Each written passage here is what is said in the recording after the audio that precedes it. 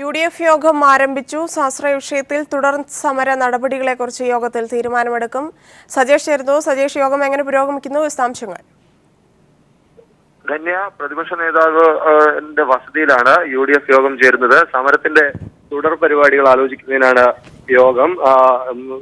പ്രതിപക്ഷ എംഎൽഎമാരുടെ സമരം ശക്തമായി തുടരുന്നതിനുള്ള ഒരു തീരുമാനമാണ് യുഡിഎഫ് നേതൃത്വത്തിനകത്ത് ഉണ്ടായിട്ടുള്ളത്. നാളെ കഴിഞ്ഞാൽ 2 ദിവസം സഭയില്ല. ആ ദിവസങ്ങളിൽ ഏത് തരത്തിലാണ് കാര്യങ്ങൾ മുന്നോട്ട് നീക്കേണ്ടത്, സഭയില്ലാത്ത ദിവസങ്ങളിലെ സമര രീതി എങ്ങനെയായിരിക്കണം തുടങ്ങിയ കാര്യങ്ങളാണ് ഇപ്പോൾ യുഡിഎഫ് ചർച്ച ചെയ്യുന്നത്.